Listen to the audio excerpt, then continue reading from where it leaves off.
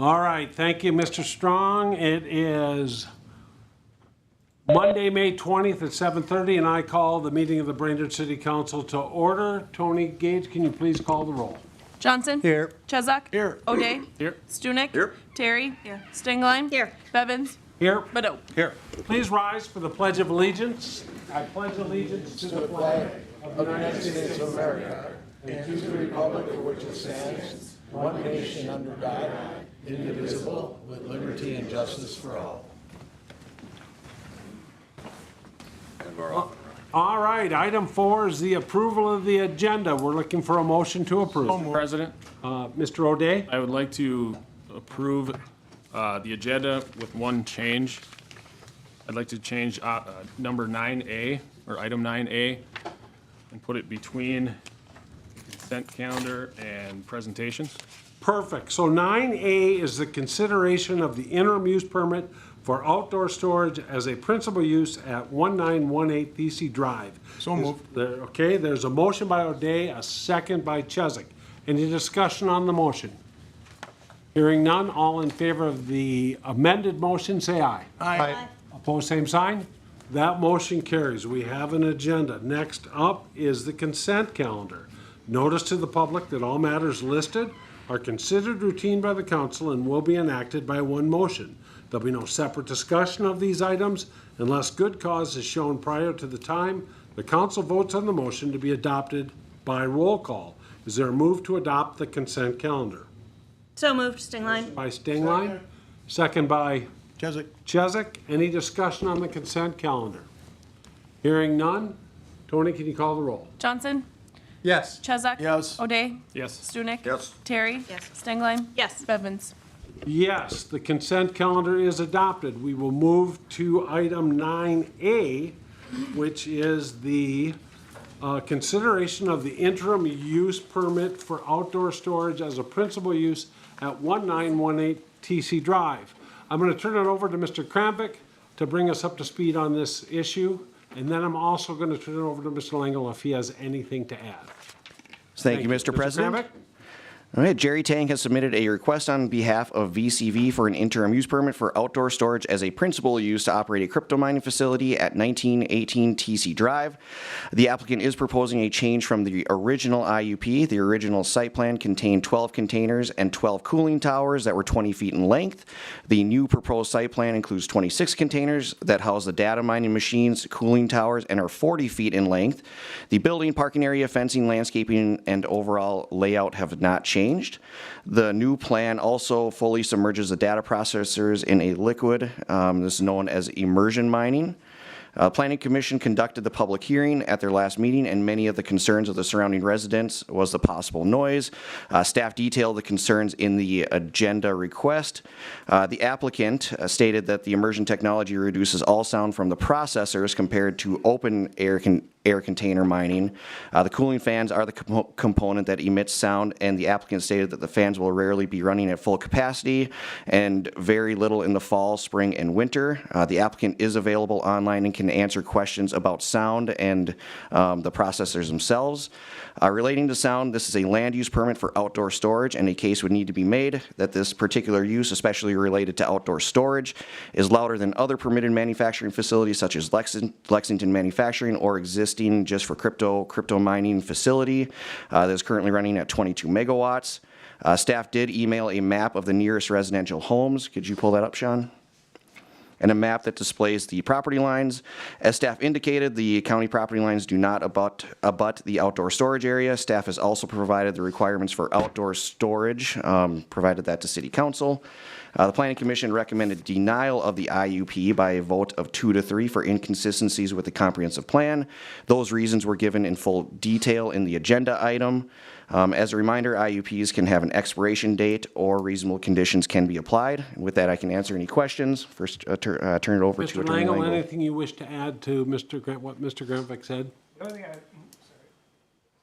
thing Mr. President, Council, the only thing I would add is that IUPs under your code are processed or considered the same way as conditional use permits.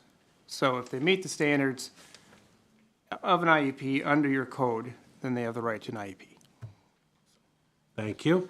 And that's right here Mr. Kramvik put it in front of us with the highlighted area, Chapter 515 zoning.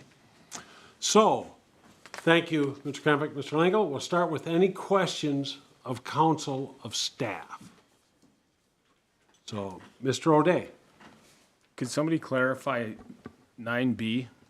It says, "The storage area shall not abut properties owned for residential, rural, or business use, including land in neighboring township or city.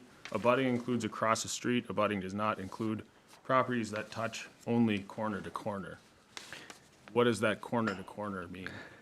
So that would mean if you had, I guess, 4 squares laid out, the 2 in opposite corner to corner would not be abutting. Okay. Could I see the map again, Sean?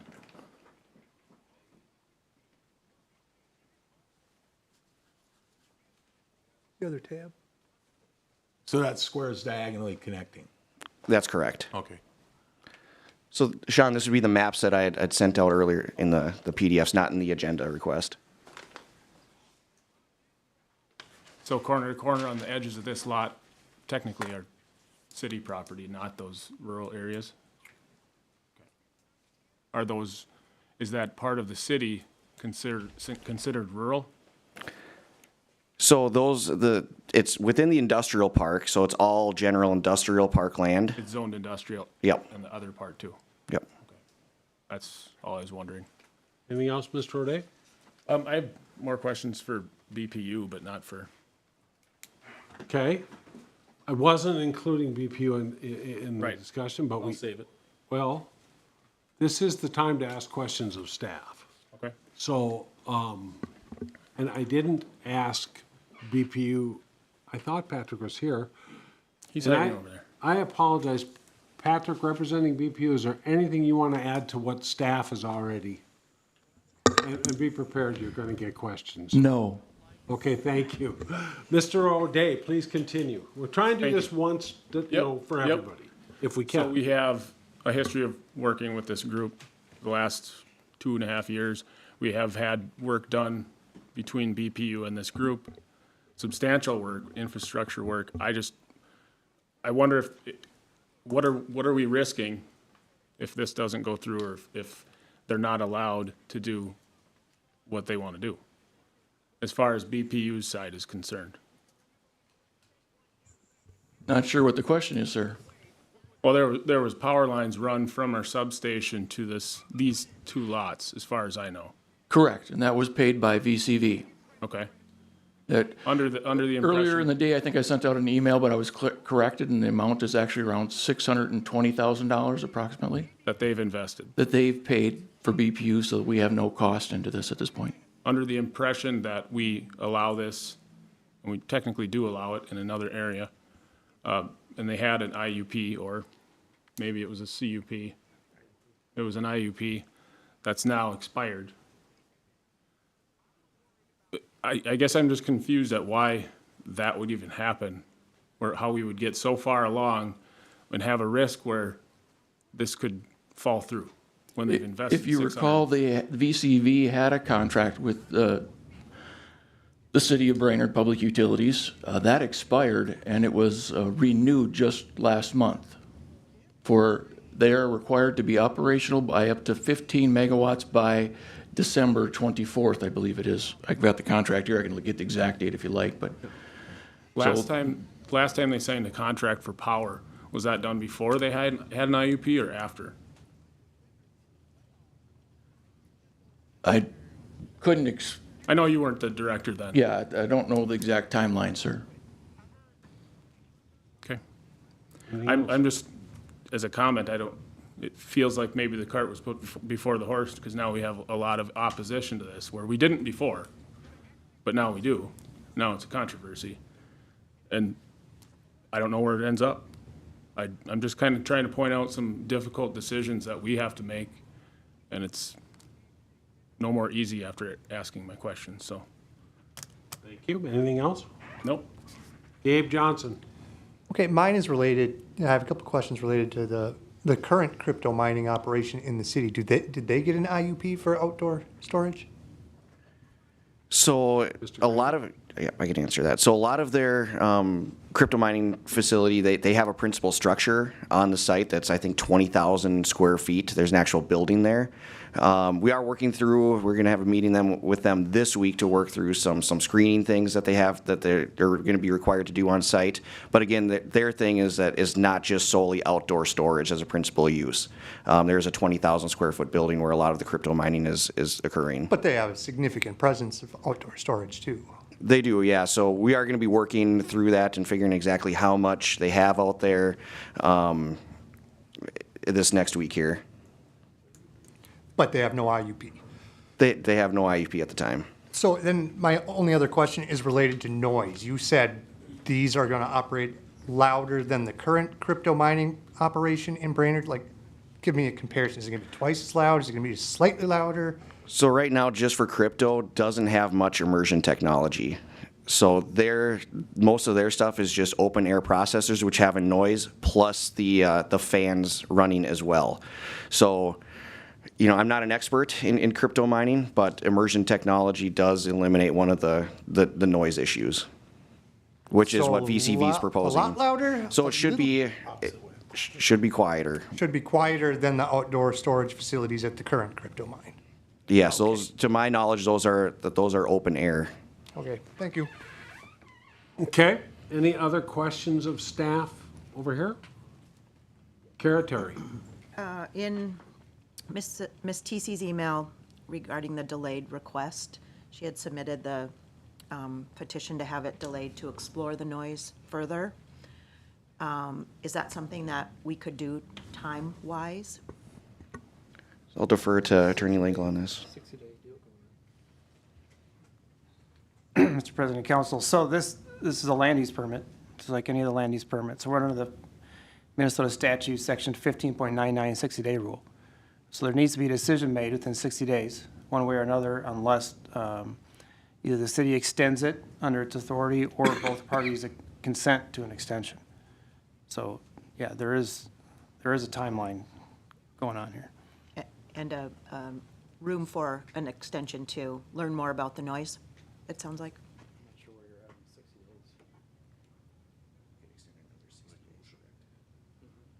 Conferring. Yeah, so since there hasn't been an extension yet, the city could extend by 60 days. Anything after that requires consent Thank you. by the permit applicant. Okay, anybody, I'm sorry, Kara Terry, anything else? We're trying to do this in one shot if we can. Something comes up. How about down on this end? Any questions of staff, Mr. Chesak? Yes, thank you, Mr. Bevins. I got a question regarding the initial IUP that was issued, and it expired. My understanding is that bears no weight at all on what we're doing here tonight regarding whether we approve this or not. Is that correct? Either of you. Anybody? So what was the question? Can you clarify that?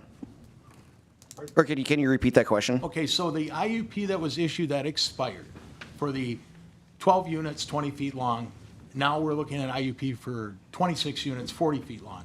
The initial IUP that has expired, that bears no weight at all on what we do here tonight, whether we approve this or not. Is that correct? The initial. So this is a unique application and should be viewed as a unique application. Okay, so again, the initial IUP has no bearing on this one, correct? Mr. Langle? I'll let Attorney Langle. You look like you may have something to add. Mr. President, Council, so this council already granted an IUP once. And so if the council's inclination were to decline the IUP, there's going to have to be findings of fact. And those findings would necessarily have to, provide some differentiation between those two situations, or at least sufficient findings to demonstrate that declining is appropriate under your code. So, I mean, there is no direct relationship, but the past history can't be erased. You did do this, did go through this one time before, and you approved it. So the logical question that would come up would be, what's the difference? What changed? Does that answer your question, Jeff? Yes, and I have another question. You have the floor, young man. Okay, thank you. Regarding the rationale that was used by planning and zoning, they cited the comprehensive plan, I think a minimum of 3 times. So one was the excessive power use, the number of employees, I can't remember, there was something else. And I understand that has everything to do with crypto mining, not the reason for land or outdoor storage. So would it be fair to say the rationale they used to deny it based on the comprehensive plan and how it applies to crypto mining, that use did not apply to the outdoor storage? Is that a fair way to put that? So that's something that city council should certainly consider. You've heard staff's recommendation based on the conditions of the interim use permit of approval. Planning Commission recommended denial based on the comprehensive plan. Again, staff looked at it from a perspective of outdoor storage as a principal use rather than the crypto mining, which I do think Planning Commission's recommendations was maybe a little heavier on the crypto mining side of the operation. Thank you. That's all I have right now, Mr. Bevins. Thank you. Anybody who hasn't spoken, Alderwoman Stingline. My question is for Joe. Would the increased number and size of the containers be a significant enough difference between the first IUP and this one to look at this differently? Member Stengline and council, that depends on how that plays into your zoning ordinance, right? Does the fact that they went from, 20-foot to 40-foot containers, does that make any difference in terms of the use? It's still outdoor storage. Does it make any difference in terms of the noise on the property? Given that they've now changed, it sounds like the type of cooling system that they use. I mean, it's the impact, right? It's not just they went from 20 to 40, but fewer buildings. That alone, I don't know that makes any difference, to be honest. Anything else, Tiffany? No more questions. Okay. Any questions down on this end? Okay. I have a couple, and then I know the mayor does. My first question is for Mr. Krambeck. My understanding is this is for one parcel. It doesn't list a parcel number, it lists an address, but I understand they have 2 parcels and they've been very open about expanding in the future. Does this IUP cover all of their property, or would they need a second one if they did decide to expand onto the second parcel? So as of right now, the EDA did approve a change in scope for the north property to have buildings up there, which would house I guess the mining containers within it. So that would be allowed based on the building aspect being a principal structure rather than the outdoor storage as a principal use. So the EDA approved that part. As of right now, that is an interpretation of manufacturing for crypto mining. So the city council could certainly have a planning commission review, kind of the future of it. Could, potentially have Brainerd Public Utilities look at the future of crypto mining and what that looks like. I don't exactly know how many more megawatts are available to the city of Brainerd. I think we're under contract for 50 megawatts, between the two. Yeah, between the two, just for crypto and VCV. So I think there may be potential other megawatts available, so it is something that city council could have planning commission look at in the future. Thank you. My second question is, if they didn't put these in outdoor storage containers, am I correct in saying we wouldn't even be here? That's correct. Okay. So it's just the metal boxes? It's That's not correct. the crypto mining, it's not the fans. Okay. My next question is, could it be possible to put a time use condition on this IUP, such as to review within a year regarding noise complaint? That's correct. Okay. And my last question is, should they choose, like the other crypto miners, to just do it, without any permits, is there a penalty for zoning violations, such as if I just put in 10 outdoor storage facilities, like was just done on Wright Street with no permit, no IUP, if there's no penalty, is there a penalty for that? There certainly would be. Is it extensive like the one we're gonna look at later this other one? I mean, some people have had thousands of dollars with the penalties. Do you know off the top of your head how much it is? It would probably be more of an injunction route. You could go the penalty route, but it would probably be more of an, I can let Joe talk about that. Okay.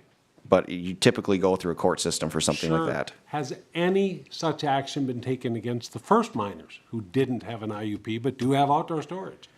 They do have outdoor storage, but not outdoor storage as a principal use. So there are screening requirements that are going to be, because they do have a 20,000 square foot building. So it's the principal use. It's the Yep. fact that they're not having another bid. Okay. And that might, Joe, is that anything you want to add or is that? No, yeah, you're correct. Okay. That answers everything I've got, Mr. Mayor. Yeah, so I've got a couple questions, and then I have a general comment, but I think you'll save the comment for Well, discussion. you can do it You whenever tell me, you want you to. tell me, because I'll, There may not be a motion on this, so this may be it for you, well, kiddo. you never know.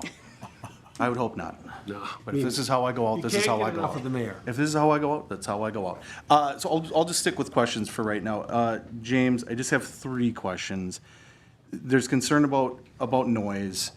Obviously, the immersion technologies, essentially they're taking the computers and putting them in oil, is essentially what happens. So whereas you're normally using fans to blow on them, which is what's happening currently at the other location, it's submerged in oil, that's what cools it, and then there's a fan that cools the entire building. So I know I know nothing about decibels, I don't, other than what I've ruined my hearing with through headphones. But it's assumed that this will be lower decibels than would have otherwise been the case, correct? That's correct. Now, there are less containers at the other one. There's a lot of Yes. factors to look at it, but immersion technology is quieter than, Yep, should hypothetically be, okay. Correct. Have we had any complaints about the current operation that is running? we have not. 0 complaints. Okay, so that's my biggest item here is that, as far as I know, because I haven't heard any. So I just want to make sure we're aware of that. Secondly, I just want to know, through the zoning of this, because in the city, we only allow this in certain areas. So this is zoned for industrial. We would not allow this in another area of the city, correct? I believe once you get to makers and employment, or maybe business, it would be a conditional use. And Conditional then, use, but they yeah, then still you're have to come looking through at this potential process. sound issues from Okay. other Do areas. you think that this is the appropriate location for something like this to happen? In my opinion, in the industrial area, this is probably the furthest away from residential areas. Again, that's just a staff opinion. Okay, and then this is the one that I'm most concerned with is the IUP process allows us to have regulation over this in different ways than we normally would. We can actually cancel IUPs eventually if we make a decision that changes our mind that says we don't want this as a use, correct? You could either put a time limit on, Yep. or to my understanding, the way it's worded, you can get rid of outdoor storage as a principal use. Okay, so do you think that this, through the IUP, is the best way to regulate this particular use? It is, and potentially, there could be future considerations to actually add crypto mining as a separate use for manufacturing to also put as an IUP, but we're not discussing that part of it tonight. But this one before us is outdoor storage as a principal use, which an IUP I think does work pretty well. It is the best, you think it's probably the best way to regulate that particular? In staff's opinion, Okay, yes. perfect, thank you. Those are my questions. Thank you, Mr. Mayor. Okay, so everybody's had a chance to ask, and have their questions answered. We have a recommendation from the Planning Commission to deny the interim use permit. We have a recommendation from staff to grant the interim use permit. So you can pick one of those two, or it's possible you could pick an approval with some additional conditions. Anybody have any questions as to what the next step is? Mr. Bevins? I would prefer not to ask any more questions, and we have to go right down the line, unless it's a procedural on those three. Procedural, yeah. Procedural question only, Mr. Chesak. And correct me if I'm wrong, what if we do nothing? We do nothing, then we may all go to jail, according to Mr. Langle. And that is another option, would be to extend it by 60 days. That was a procedural question. Yeah, that was a procedural question. But I think doing nothing might cause Mr. Langle to have a stroke, which might be kind of fun, but not really. Potentially, for some of us. All right. We don't get a lot from you, Mr. Langle, so to hear you 3 times in one item is sort of exciting. Okay, I'll turn it to anybody who wishes to make a motion on this item. I'd like to, oh, Kara Terry, would you like to make a motion on this item? I would, Mr. President. I'd like you to. I would like to make a motion to extend this IUP consideration for 60 days while we explore the noise portion of this IUP a bit further. Thank you. We have a motion by Terry, a second by Stunek. Discussion only on the extension of the additional 60 days. Mr. Babbitt? Second time. Mr. Chesak. It's nice, I mean, I appreciate the sentiment of the motion. However, I would be concerned should we identify something first before we're going to explore the noise, what might exist once this is, if approved, once it's in action? I'm finding it difficult to check what noise levels there are before something that doesn't exist is there. And how, so I mean, that's why I appreciate the sentiment of wanting to explore that. So, and then at whose cost, or do we put a limit on that? So all these things come to my mind. I'm not necessarily opposed to doing this, but there's a few things that I'd like to know before I vote on this. And could we discuss that? Why, before we vote on this? You know, I would, let's ask Alderwoman Terry if she can clarify anything. So I was thinking, and I am by no means an expert in any of this, which is why I'd like to know more related to the noise. Are there any other facilities, for example, around the state that have same or similar setup that we could consult with to see about the noise? I don't know what our options are, Councilmember Chesak or Mr. President, to understand what the impact of this would truly be. So I guess exploring those options and what we might learn related to any other facility or place. I don't think so. She didn't limit what we're exploring, so I think we're okay with this. Mr. Chesak, any? Yes, I did. So I did want to go back to the issue of 60 days. So if we say 60 days, then we only have 60 days, and after that, we have to get consent, as I understand, from the applicant. Thank you. Do we run out the clock on this, or do we make it for a shorter term so then we have the opportunity to come back without having to get consent from the? I can guarantee we will be at the council meeting within the 60 days. Okay. Can't I let like you your go, Mike. I guarantees, gotta huh? let Mr. Chesak finish. We're all gonna get a chance to go one time on this, if we can. Well, I just want to emphasize that the date, the timeline here. Okay. Yep. So we're good on that. For the record, we will not be able to go past 60 days, and likely unless miraculous things happen, we actually won't be able to use the whole 60. But I think by law, we have to be within 60, just to clarify the procedural thing. All right, anything else, Mr. Chesak? No, not right now. Mr. O'Day? Yeah, I'm going to agree with the motion. Number of reasons. One of them being the EDA has some stuff coming up, I think, in the beginning of the month. So if we're going to revisit this within 60 days, I would suggest that we revisit it maybe after that, because some of this might also play into what the EDA decides to do. I don't remember what exactly it was.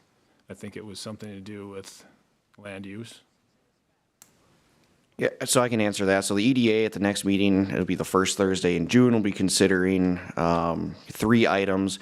The EDA also has to approve the change to the minimum requirements, which is the site plan, approve an extension of the purchase and development agreement to complete the minimum requirements, and then a transfer of the LLC. Okay. Anything else, Mr. O'Day? That's it. Okay. Mr. Johnson?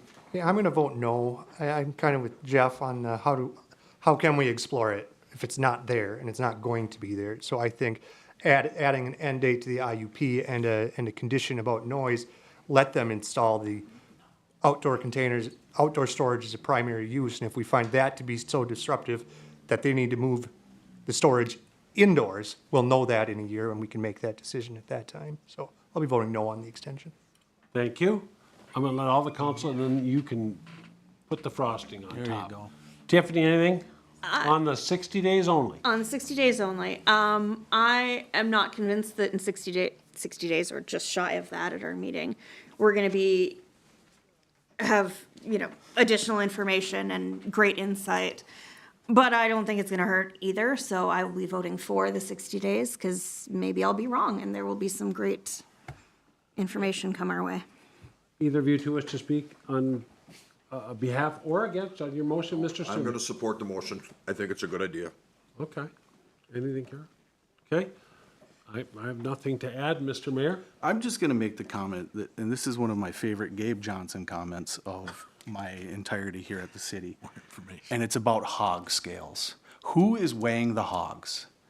Who's measuring the decibels? How are we doing this? I know, Gabe, you're saying, how do we measure something that isn't there? But not only how do we measure something that isn't there, how are we measuring this? I'm really concerned with the idea that the city of Brainerd wants to go ahead and start measuring decibels of things, because I know right now in our industrial park, we have Growing Recycling, which is a great organization in the city, which does great things for the area. And they happen to have a unit that does some pretty massive shredding of things, and it's really loud. My concern with this is when we start looking at that, when do we start drawing lines? I want to be available for people to do business in Brainerd. I'm a little concerned with the city of Brainerd measuring the units of decibels, especially on something that we don't know what's actually there. So my only comments about that are very specific to the idea that I don't think we're experts in that, and I don't see that in 60 days we're probably going to be experts in that. But above that, I just want to say one thing, and it's a comment that stuck with me when I was in 4th grade. Mr. Kohler, my 4th grade teacher, made a comment that stuck with me and will continue to stick with me for my entire life. In our area, sometimes we have a little bit of a smell that comes around from the fields that are surrounding us. And when we were in school, we had a bunch of kids, a bunch of 10-year-olds that were complaining about the smell. And Mr. Kohler said, and this stuck with me, he said, that's the smell of money. And it stuck with me because it defines what we are as a society, in that we may not personally be involved in something. However, there is an extension of use. And I will say this, that if you find me a town that has no sounds, no sights, and no smells, I will find you a city that is dead or dying. And so that is my biggest concern with this, is that we have to define boundaries for places, and we have to define places that things belong. And I think that it is our job then to make sure that those things fit within there. And my concern is if we start looking at the nitty-gritty about how we measure sound, I don't think the city of Brainerd is very good at that. Thank you, Mr. Mayor. Any objections if I call for a roll call, just for clarification? We've all had a chance to speak. We have a motion, we have a second, we've clarified the motion. Once again, it is to extend up to 60 days, but the closest council meeting to the 60th day. Tony, please call the roll. Johnson? No. Chesak? Yes. O'Day? Yes. Stunek? Yes. Terry? Yes. Stengline? Yes. Bevins? Yes, that motion passes. Before we move on, I want to bring into the record numerous emails on this subject. At least one person asked if I could read it. To that person, I wrote back, I will make sure it becomes part of the public record, but I can't read them because everybody in this room would be here for another day or two. So I just want to note, Glynis TC, thank you. Loretta Wolf, thank you. Your emails are appreciated. Sarah TC, thank you. I got a couple from you, including a petition, as well as Megan TC and Andrew Sharp. I think he's our park board chair. Took a break off from those ski loons contracts. Your emails are appreciated, and I will turn them over to the city, and I apologize for not being able to read them all. We're now going to give a 2-minute break. If you want to leave, or if you want to stay, I kind of hope you want to stay, because we have some great photos. Mr. Bevins, Start. I have a Yes. procedural question. You may. Would it be appropriate that if we're interested in finding out what sound we want to seek out, say, would it be appropriate to take action now to have the city seek a RFP for this particular interest we're trying to obtain for sound? I don't understand the question. You mean set a target? No, we're gonna need somebody to find out, to explore this potential of the sound, how bad, how good, what are the difficulties it might present? Yes. Would it be procedurally acceptable to make a motion to have staff get an RFP to send out so we can seek out professionals to do this work? To measure the sound? Yes. You can make that motion if you wish to, see if it gets a second. I thought it might be better now than in 2 weeks, so that we are in a time. Yes, I'll move that we have staff proceed with the RFP process to find somebody experienced in exploring what sound, noise concerns that might develop with the facility that's being proposed here in this IUP. Excellent. Do you have a budget and where the money's going to come from? No, I don't. Okay, I guess we'd find that out with the RFP. got it. Okay, any questions for Mr. Chesak, or is there a second on the motion? I'll second it. Okay, we have a motion by Chesak, a second by Stengline, on staff putting together an RFP to measure decibels. Mr. O'Day. I would suggest that we hold off for 2 weeks on the RFP because I think our staff will have 2 weeks to look into whether or not we even need an RFP or we're going to spend actual money on this. I get the time barrier that we have, but I think we can visit at our next meeting, and if we can either just pay somebody for the information or an RFP or whatever the staff decides that we need, we would know more in 2 weeks. Well, we're giving staff direction here. I'm sorry, but that's kind of. Staff already got direction. Okay, you two kids play nice. Tiffany. So I will be voting no. Sorry, Jeff. But I did want to make sure that the council is aware that the planning commission has put noise on our itinerary. So we will be talking about noise and how we may want to move forward in our ordinances with noise the same way that we spend a great deal of time fairly recently on light pollution. And we will learn all about it. Anything else? Anybody else wish to speak for or against the motion? Question? You absolutely can. Do you have a timeline on when you'll be learning all about noise? Not yet. Okay. That was going to be discussed at our next meeting. I don't know if James has gotten to that because he's been up to his neck in emails since our last planning commission meeting. So the discussion, I think, was going to be, do we want to put it on the itinerary? We had one commission member that was interested in it. There's been no full vote. We're going to be talking about our upcoming itinerary for the planning commission. So to Councilmember Johnson's very astute point here, they're going to talk about talking about noise. Okay, just so I was clear. Thank you. Any other comments on the RFP for sound measuring? Okay, we'll try a voice vote on this. All in favor say aye. Aye. Opposed, same sign? Aye. Motion fails. Okay.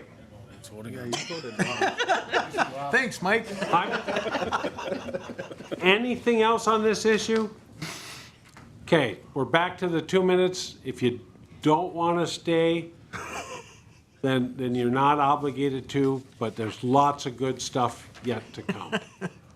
And you're excused, we're going to give you 2 minutes to get out and not hurt yourself. Go. Or stay, Gary. Gary, that was not for you.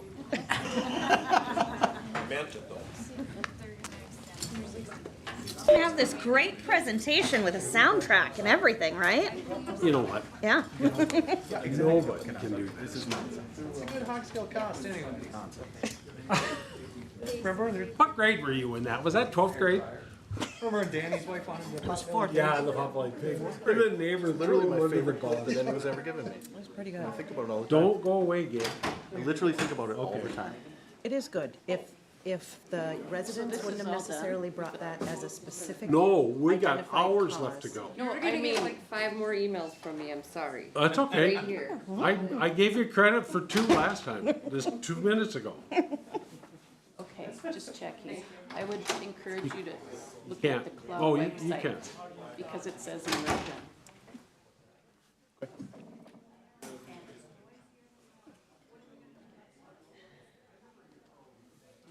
Well, you sure know how to clear a room, Gabe. Okay, We should have sold sandwiches. Well, we actually just had a code enforcement chase. Think about that once in a while. Always nice, chief. The only difference is when bark instead of move. if you click on this. There it is. All right, our 2 minutes is up. I will reconvene the city council and move on to Mr. Jesse Dean with the MS4 permit. Mr. Dean. Thank you, Mr. President and Council.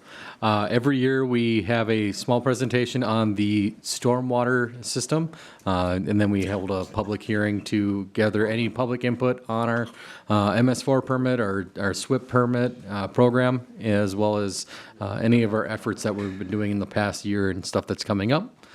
So with that, we'll go through kind of some of our efforts in 2023 and stuff that's coming up. If you could do next slide, please. So the purpose of the meeting is to educate the public on the importance of our stormwater management, giving an overview of our storm sewer system, and then update the status of our compliance with our MS4 permit, as well as allowing the public to comment. So the MS4 permit is our municipal separate storm sewer system permit. It's issued every 5 years by the MPCA. Any city or town that's over 5,000 is required to hold this permit.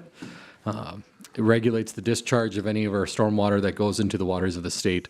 And we have to have a SWIP plan that prevents any pollution into those waters of the state. There's a lot of different pieces that go into that plan. It's actually very, very long and very intricate plan that goes into it. So won't go into too much of the detail, but there are 6 very big pieces of that plan.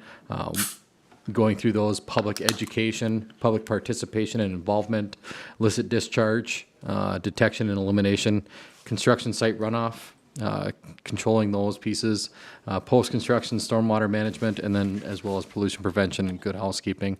Really what we use those 6 pieces is to create BMPs to reduce or eliminate sediment that goes from our storm sewer system into our lakes and rivers. Overall, our whole storm sewer system, we have just under 60 miles of total pipe in our system. Most of it's smaller sizes, 8-inch, 12-inch, 16-inch, but it can go all the way up to 60-inch. Most of it's reinforced concrete pipe. A lot of structures, over 3,000 different structures between catch basins and manholes, 84 different outfalls. Most of them go to either the river, the Little Buffalo Creek, or other different lowlands and wetlands. We have a lot of different other stormwater structures, 44 different wet detention ponds that we own and operate. There are 32 different private infiltration or detention ponds. And then there's also 22 rain gardens. Most of these are kind of in the South Brainerd area. The Soil and Water Conservation District helped put a lot of those in the area a handful of years back. So that's where a lot of those are located. A lot of this is funded through the Storm Sewer Fund. The fund was created to help upgrade the storm sewer system using that fund. All the residential properties are charged 1 residential equivalent unit. The rates were just recently reestablished for 2024. They were moved to $4.60. Next year, they will be moved again to $5.30. Commercial and industrial property fees, they're based on 1 residential unit per 1/12 acre of impervious surface. So it's essentially 12 residential units per acre. in these slides, you can see how many different RUs we have throughout the city. So some of the things that we've done in the last year, at least for some of our accomplishments, we've inspected over 45 outfalls. We're required to inspect 20% each year. So as you can see, we've gotten over half of them. A lot of this inspection is done with our engineering staff as well as our interns that we hire every season. And we'll get into one of our new staff that we're hoping to hire here soon. We inspected 9 ponds, 14 stockpiles, as well as all of the 22 rain gardens that we have in town. And then we perform maintenance as needed as a result of those inspections. Some of our special projects that we also continue to work on, the Buffalo Hills Gully remediation, that's a really big project for the MS4 program. In 2023 only, we completed the design, we got the project bid, and then we also did some of the work in late fall 2023. Southwest 4th outfall repair.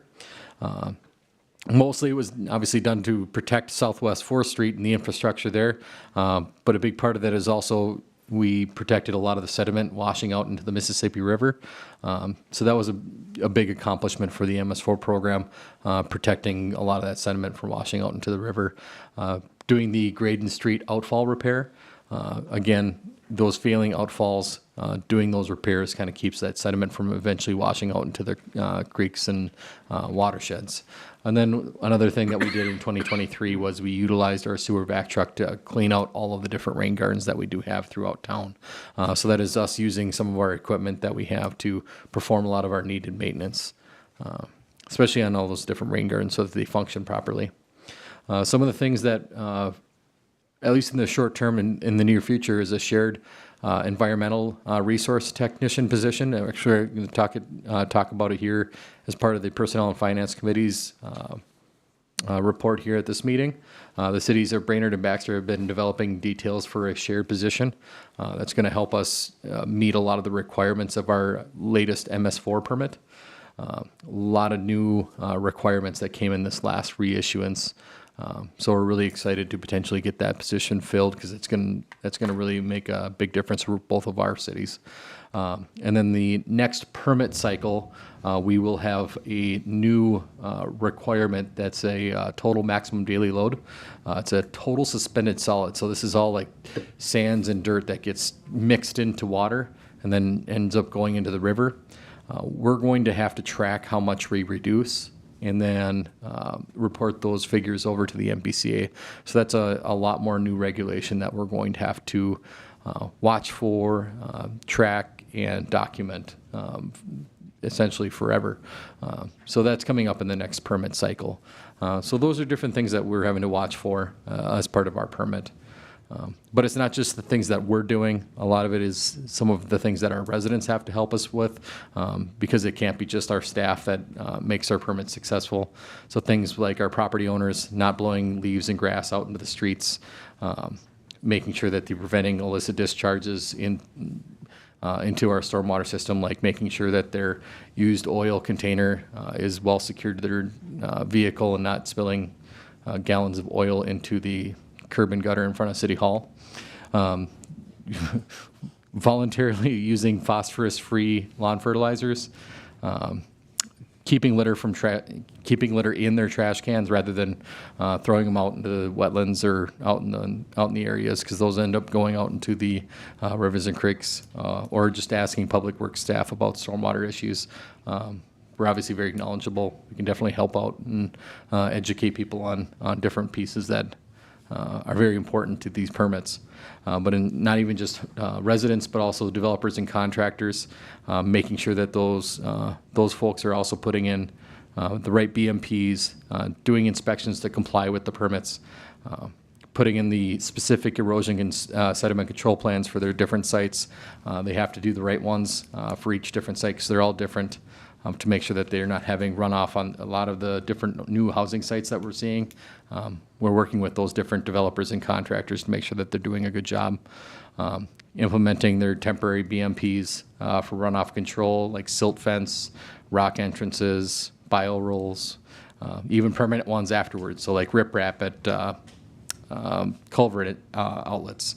All those different things are things that we need to not only just from staff perspective, having to talk with our contractors and developers, but we need them to buy in as well.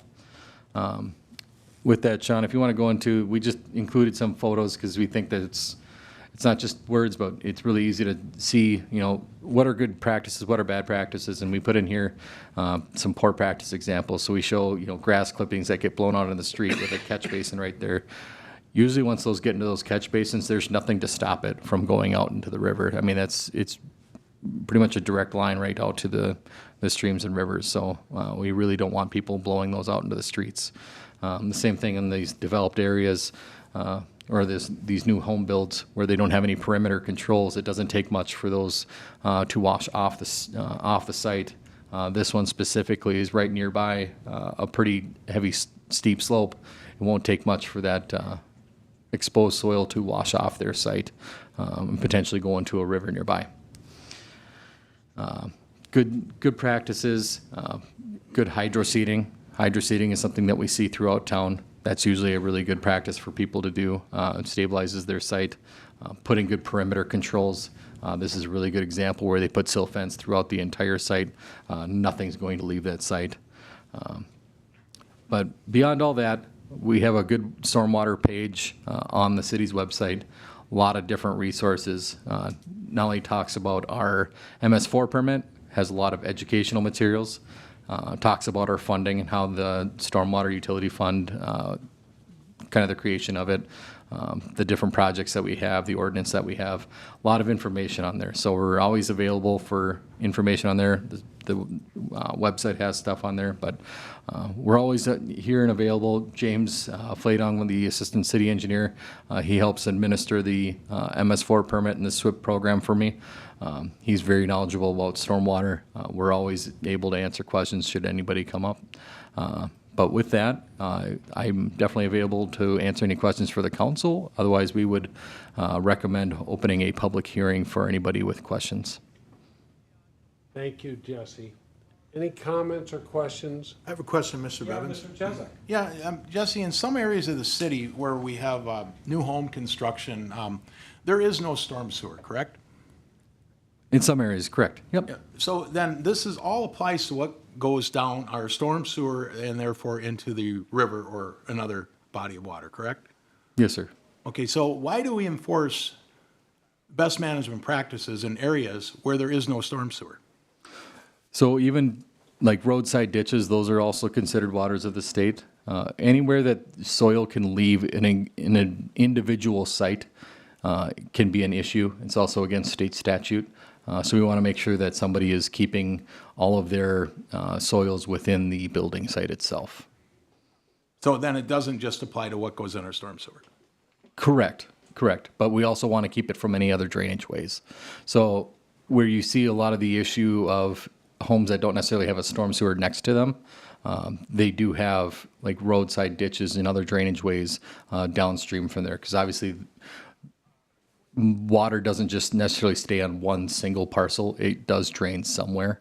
And we want to keep it from draining to wherever it's going to head.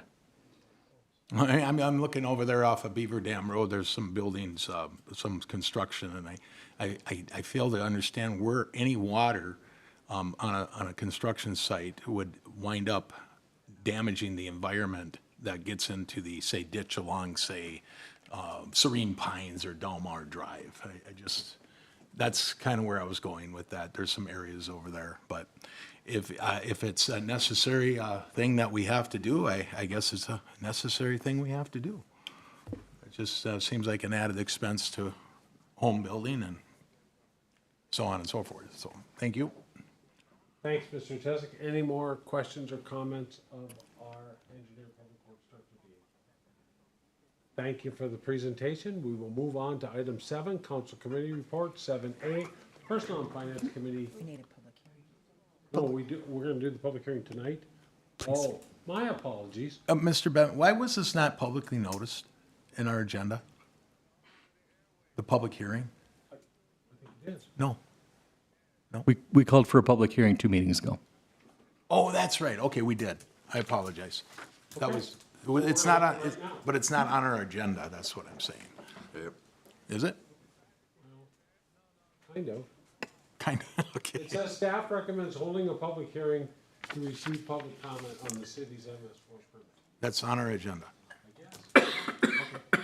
I knew it was in the agenda I request. thought it was just in the presentation. Okay, no problem. Okay, so we're gonna do it right now. Please. Yes? All right. It is 8:25. I will open the public hearing on the annual MS4 permit meeting and ask if anybody in the audience or online wishes to speak on the MS4 stormwater hearing. If you're online and wish to speak, *3 identifies yourself to us as wishing to speak, and then *6 will unmute you. Mr. Bevins, if you listen carefully, I think all the TCs are coming back to speak. Mr. Chesak. I'll ask a second time, we'll let them all speak too. I'll ask a second time if there's anybody from the public to speak. And I will ask a third and final time, anybody who wishes to speak on the city's MS4 permit, let us know now. And it's 8:26, and I will close the public hearing. Thank you. Now we'll move on to 7 council committee reports. 7A is Personal and Finance Committee Chairman Gabe Johnson. Thank you, Mr. President. We have 6, oh my gosh, there's a 7th item. We have 7 items on the Do agenda you need a tonight. break? Might need to hold a special meeting. The first item is to approve a revised job description. And the motion is to approve the updated attached job description as presented, and I so move. Second. Motion by Johnson, second by Stunek on the updated job descriptions. Any discussion? Any discussion? Hearing none, all in favor, say aye. Aye. Aye, opposed, same sign. That motion passes. Please proceed. Hey, next up is a promotion, and the motion is to approve the promotion of Stephanie Bestel to the zoning specialist permit tech position effective May 21st, 2024 at step 4, and further to authorize staff to start the hiring process for a part-time administrative support employee that will work up to 67 working days per year, and I so move. Second. Motion by Johnson, second by Terry. Any discussion? Mr. Chair. This is something we've taken action on the last few meetings. So Stephanie Bestel applied and was qualified for the permit tech position. We're not going to backfill her position, but we are going to try and get some part-time help in for when she's on vacation or whatnot.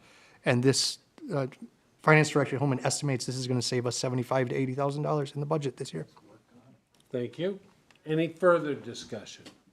Hearing none, all in favor, say aye. Aye. Aye, opposed, same sign. Motion carries. Please proceed. Thanks. Next up is the environmental resource technician position that Jesse touched on in his presentation. And the motion is to approve the joint powers agreement between the City of Brainerd and City of Baxter for the shared position of environmental resources technician, and further to authorize advertisement for the environmental resources technician position, and I so move. Second. We have a motion by Johnson, a second by Stunek. Any discussion? Chairman Johnson. This position is paid out of the stormwater funds. It was budgeted to have it for the entire year. We just recently got it approved from the union, and now we're ready to post it. Thank you. Any Mr. further Bevan? discussion? Mr. Chesak? Yes, I guess maybe a question for staff, perhaps maybe Mr. Dean, if I could. You may. Okay. Do you anticipate this position, this person would then be giving the permit report such as you just did? Mr. Dean? You didn't like mine? Yeah. What did he say? Best, yeah. I didn't hear what he said. MSDC one is a little concerned that you didn't like it. It's possible that they could, otherwise it might be me. Well, I guess that we could rank how good yours is based on the new one. Let's watch a bunch of them. Mr. Chesak, anything else? Nope, thank you. Anybody else? Hearing none? All in favor, say aye. Aye. Opposed, same sign. The motion carries. Please proceed. Okay, next up is another contract with the Parks Department. The motion is to approve the attached 24-26 tentative agreement summary between the city and IUOE Local Number 49 Union representing the Parks Division employees, and I so move. Motion by Johnson. Is there a second? Second. Second by Terry. Any discussion? Chairman Johnson. It's a 3-year contract, so we have them agreed to through 2026, and you'll see the percentages of their across-the-board increase, and it's the same as we've given the other unions that we've settled with. So Perfect. Any That's nice. further, nice job. Thanks HR people, union negotiation strategy people. This part's just a voice vote, correct, Chris? Thank you. Any further discussion? Hearing none, all in favor, say aye. Aye. Aye, opposed, same sign. That motion carries, please proceed. Okay, and then next up, we have a second item on this, and we need to adopt the attached resolution setting the IUOE Local Number 49 Parks Division wages for 2024 through 2026, and I so move. Second. Motion by Johnson, second by Terry. Any discussion on the wage resolution? Chairman Johnson. I just want to say that all of the employees who were on legacy opted onto the grid this time. So there are no legacy employees. They are all on the wage grid In this union. in this union. Yeah. Thank you. Any further discussion? Hearing none, Tony, please call the roll. Johnson? Yes. Chesak? Aye. O'Day? Yes. Stunek? Yes. Terry? Yes. Stengline? Yes. Bevins? Yes, the resolution passes. Please proceed. Okay, next up is the sale of a Jeep. The motion is to authorize the sale of the 2014 Jeep Compass using Enterprise Fleet Services, and I so move. Second. Motion by Johnson, second by Stunek. Any discussion, Chairman Johnson? Yeah, apparently it's a 2014 Jeep Compass that only has like 30,000 and change miles on it. Kevin's gonna be bidding on it day one, so if you want on it, get on it. But Kelly brought up a good point that maybe we don't sell it, and then we have something for the environmental resource guy to drive. But the motion is to sell it. Thank you. Any further discussion? Hearing none, all in favor, say aye. Aye. Opposed, same sign. Motion carries. Please proceed. Okay, the next one was a pretty good discussion at committee about considering cannabis license number and registration fees. And I don't think we had a motion, we just kind of directed James on what we wanted to see in an ordinance that he would bring back. So like he had a couple questions here. Should the city charge a registration fee and what amount? We said, yes, we should charge a fee. Should the city limit the number of retail businesses by ordinance? We're required to allow 2. We said, yes, and let's start with 2. We'll start small and see how it affects the community and maybe grow into it later if we feel we need more than 2. Would you call, Just like the RBOs. would you call that a gateway? It's a gateway drug. And then 3, they said, should the city register a retail business if Crow Wing County has all 6 issued that it's required to allow? And we said, not at this time, not under this original ordinance that we expect to review after a year or 2 and see how the dispensary businesses are doing. So James is going to be bringing back an ordinance to us. I don't know if he has anything to add, Kelly. Do you have anything to add, James? Yeah, so the Planning Commission at the last meeting held a public hearing on the time, manner, and place related to the zoning code. So staff was looking for direction from City Council tonight on this piece of it, and it'd be bringing a first reading then to the next City Council meeting for both ordinances. Perfect. Mr. Bevins? Mr. Chesak? Yeah, procedurally, this is not following our rules of decorum to direct staff without council approval. So- I'm with you there, River Raid Commander. We're going there next. Okay, thank you. I just had to let James get a breath. I would like a motion to direct staff to craft this ordinance with the parameters or not set forth by personnel and So finance. moved. Motion by Johnson. Second. Second by Terry. Any discussion now on the direction for staff? Hearing none, all in favor say aye. Aye. Aye, opposed, same sign. Happy, whatever it is you do. The motion passes. Please proceed. Okay, and then number 7, the final one that we didn't get an opportunity to talk about as a committee, so I have no idea how this is going to go. We'll go with the staff recommendation. The motion is to approve the request from Brainerd Community Action for a donation for Independence Day fireworks in the amount of $8,000 to be paid from the council special projects budgeted line item. I so move. Motion by Johnson, second by Stunek. Any discussion on the contribution for fireworks? Chairman You Johnson. can see on the screen what our historical donations have been for them for the last 10, 15 years, and this is right in line with that.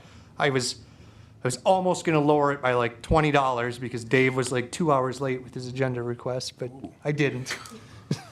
Some people used to meet It's before the okay. meeting. Now some people meet on Wednesdays in the middle of the day when people are working. like to note that, any further discussion? Mr. Bevins? Mr. Chesak? I did some quick math on the information that was provided over the years and how much was given, and I think it's exceeded 80,000, so that's at least roughly 10 years, and I just like to keep people thinking about that number, and of course, 8,000 a year does add up, and so when we look at providing funds for other things that some of us may not always maybe so much appreciate or want to support, this is just one of those things that we are using taxpayer dollars to support. Not against it in any way, just making a point of. Thank you, Mr. Chesak. Any further discussion? Hearing none, all in favor, say aye. Aye. Aye, opposed, same sign. Motion carries. Anything else? Nope, end of report. Thank you very much. We'll move on to 7 council committee reports. B, Safety and Public Works Committee Chairman Mike O'Day. Thank you, Mr. President. We had 8 items on safety and public works. First item was a contract amendment with SEH on the Buffalo Hills Gully. Motion coming out of committee was to approve the contract amendment from SEH in the amount of $7,825, and I so move. Second. Thank you. We have a motion by O'Day, a second by Stingline. Any discussion? Mr. Chair? I'll just say this, this is for construction observation for improvement 2115. The project has taken a little longer than expected, so this is just a extra cost on top of it. Thank you. Any further discussion? Hearing none, all in favor, say aye. Aye. Aye, opposed, same sign. Motion carries. Please proceed. Thank you. Number 2 was a memorandum of understanding with Crow Wing County road maintenance agreements. Motion coming out of committee was to approve both memorandums of understanding between Crow Wing County and the city of Brainerd for cross-jurisdictional maintenance, and I so move. Second. Motion by O'Day, second by Chesak. Any discussion? Mr. Chair? This is just a technical agreement that this is the official way we're doing things because it's more official for us and the county in the way that we plow these roads, as well as the way we clean out this stormwater pond is what we'll call it in here. This is stuff that we're already doing, so we're just making it a formal agreement. Thank you. Any further discussion? Hearing none, all in favor, say aye. Aye. Aye, opposed, same sign. Motion carries. Please proceed. Thank you. Item number 3 was the authorization of a bidding for O Street outfall repair or replacement. Coming out of committee, the motion was to authorize the bid of O Street outfall replacement project as presented, and I so move. Second. Motion by O'Day, second by Chesak. Any discussion? Mr. Chair? Point of discussion was we budget $50,000 a year for these outfalls. If you can remember, last year we did Graydon. This year would be this O Street outfall, which goes towards Rice Lake off the north end of northeast. And this one is supposedly, the estimate might come in closer to $70,000. So the discussion was, do we do this as designed? Do we send it out for bid, see what comes back? Hopefully it comes back even better than we think, but there are other options where we can take out one of those outfalls, which might bring down the cost of this project quite a bit, so. Thank you. Any further discussion? Mr. Bevins? Mr. Chesak? I had asked the chair, did we not ask that the staff do an alternate on this? I don't think we officially added that into the motion. We did discuss adding that as an alternate, the second basin. There's some street flooding, even with moderate rainfall in that area, that this could help take care of both of those problems. So we'd like to do both of them if possible, but we'll have to see what the cost comes back at. We can always delay this 1 year too. We'll decide that when the RFP comes back. Thank you. Mr. Chesak? Good, thank you. Any other discussion? Hearing none, all in favor, say aye. Aye. Aye, opposed, same sign. Motion carries. Please proceed. Thank you. Number 4 was approving the transit operating policy updates. Motion coming out of committee was approving the recommended changes to the transit operating policies as written in the memo. I so move. Second. A motion by O'Day, a second by Chesak. Any discussion? Any discussion? Hearing none, all in favor, say aye. Aye. Opposed, same sign. Motion carries. Please proceed. Okay, number 5, we got a approval of transit procurement policy. Motion coming out of committee was to recommend approval of the attached procurement policy, and I so move. Second. Motion by O'Day, a second by Stengline. Any discussion? Nope. It's nice reading for bedtime. I appreciate that, Mr. Chesak. Hearing no discussion, all in favor, say aye. Aye. Opposed, same sign. Motion carries. Please proceed. Next item was awarding the transit operating contract for 2024 through 2027. Motion coming out of committee was to recommend awarding the 2024 through 2027 transit operating contract to Blue Sky Transit, and I so move. Second. We have a motion by O'Day, a second by Chesak. Any discussion? This was the only contract. Thank you. Mr. Johnson. Thank you, Mr. President. Are we confident that the fares will cover the local share of this moving forward for Mr. this Dean? 3-year contract? Yes, sir. After doing an analysis, we're very confident that at least for year one, we're confident that it'll cover what we're expecting and projecting for ridership. For years 2 and 3, it's tough because we're not 100% sure what the MnDOT share will be, but we'll continue to analyze it in those years. Thank you. Good question. Any further discussion? Mr. Bevins? Mr. Chesak. I know there's an email shared that I asked for information on previous levies for transit, and it's quite interesting. The number of dollars that have been levied against the taxpayers, and it goes back a long ways, but in the big picture here, it's relatively a very small amount. And so that's something to consider as we go forward with our transit operation and what the people have received over the years for service and how little has been levied against the taxpayers. So that's one of the reasons I asked for that information, so we could realize that. Thank you. Thank you, Mr. Chesak. Any further discussion? Hearing none, all in favor, say aye. Aye. Opposed, same sign. Motion carries. Please proceed. Item number 7 was directing staff to draft a vacant building registry ordinance. And motion coming out of committee was to direct staff to draft a vacant building registry ordinance. And I so move. Motion by O'Day. Is there a second by Stengline? Any discussion? Any discussion? Hearing none, all in favor, say aye. Aye. Opposed, same sign. Motion carries. Please proceed. Number 8 was just direction on active code enforcement cases. Recommendation coming out of committee was issuing an order to correct letter and obtaining a search warrant to abate the nuisance at 813 Holly Street, and I so move. Motion by O'Day, second by Chesak. Any discussion? You can see pictures if you want. Aye, Yep. No. Mr. Mayor. I was just gonna say, roll that beautiful bean footage. Thank you very much. Hearing no further discussion, all in favor, say aye. Aye. Aye. Opposed, same sign. Motion carries. Anything else, Mr. Chair? End of report. Item 8 is unfinished business. Item 8A is a call for applicants. Mr. Mayor. All right, the following commissions have applications available on our website. We have, I'm sorry, I'm on 2 pages here. Charter Commission, 2 terms expiring 2026, 2 terms expiring 2025. Transportation Advisory Committee, 2 terms expiring 2026.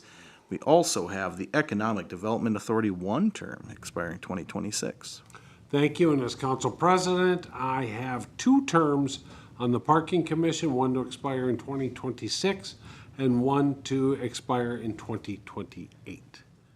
And that's it for the commissions. Next up is item 8B, an update on conversations with Crow Wing County on the ownership of the airport. We'll turn it over to our city administrator to bring us up to date. Anything you'd like to add to what's in our packet?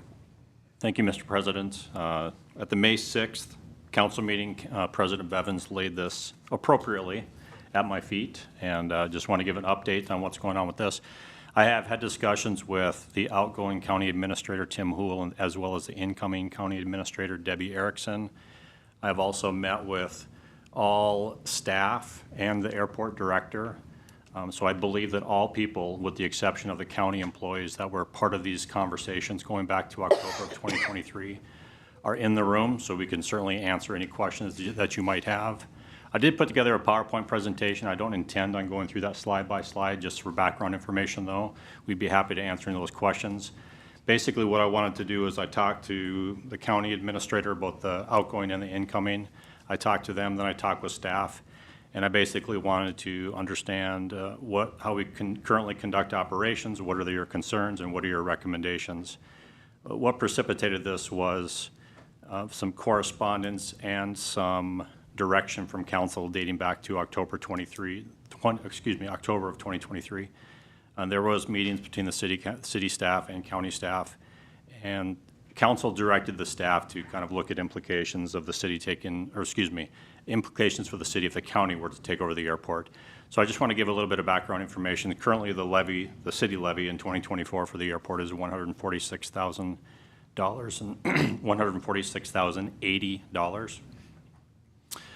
So basically, as I talked to the staff, and like I said, part of the PowerPoint presentation, I just want to kind of highlight some of the differences in some staff opinion, and then I'll ask for a recommendation from council. So just as an example, our finance director recommended that the airport go to exclusively a county function as it serves a greater area than just the city. The airport director, Steve Wright, he would advocate for maintaining joint county and city ownership as is and drafting an airport business plan to be reviewed semi-annually by the airport commission. Additionally, the IT director argued that we would need additional resources beyond what is currently required in the shared services agreement. And our HR director made an argument that if the airport employees continue to operate on the city's network, and if the city staff continues to process their payroll, that they become city employees, as suggested by county staff at the meetings. So there's differing opinions amongst staff. When I talk to the county administrators, both the outgoing and the incoming, they are of the opinion that if city council would like staff to pursue having the county take over exclusively the ownership of the airport, that we would form a work group to that end and then brief our governing bodies the results of that. So my request of city council tonight is, first, if the council wants the county to assume full ownership, please direct staff to establish a working group with county staff to develop potential courses of actions.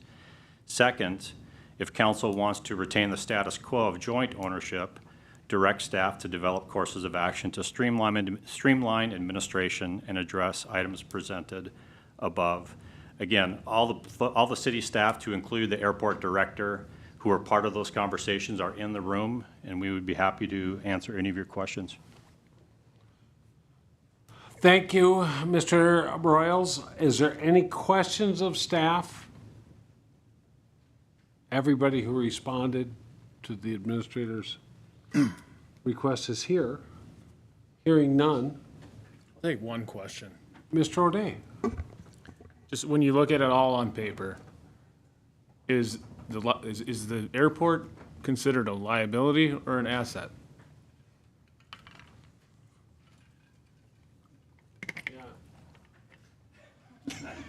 That might be different depending on who you ask, I suppose.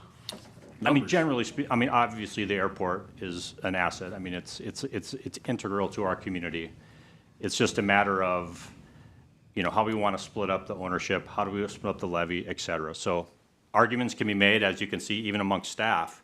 And I would invite, if President Bevins would allow, if any of the committee members want to talk and give their opinions. There's no motions on the table, so as a staff member, if you've got something you would like to add, without, trying to repeat yourself, now would be a good time, as soon as Mr. O'Day is done with the floor.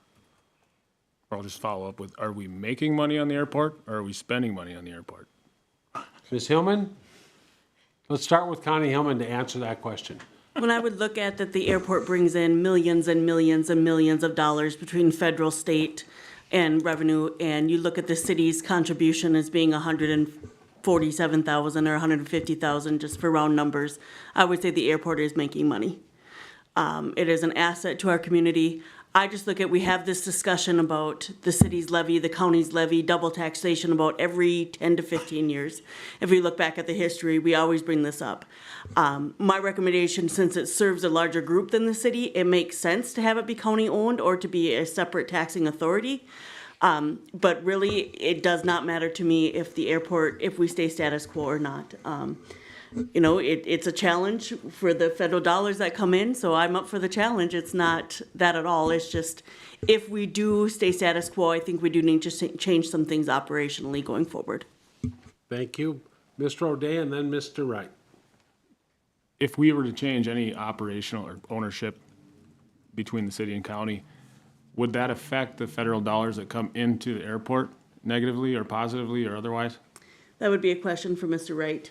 I think we're unclear 100%, but it definitely helps it being municipal owned. Okay. Mr. O'Day, I'll let you finish and then we'll turn it over to Mr. Wright. That's all the questions I have.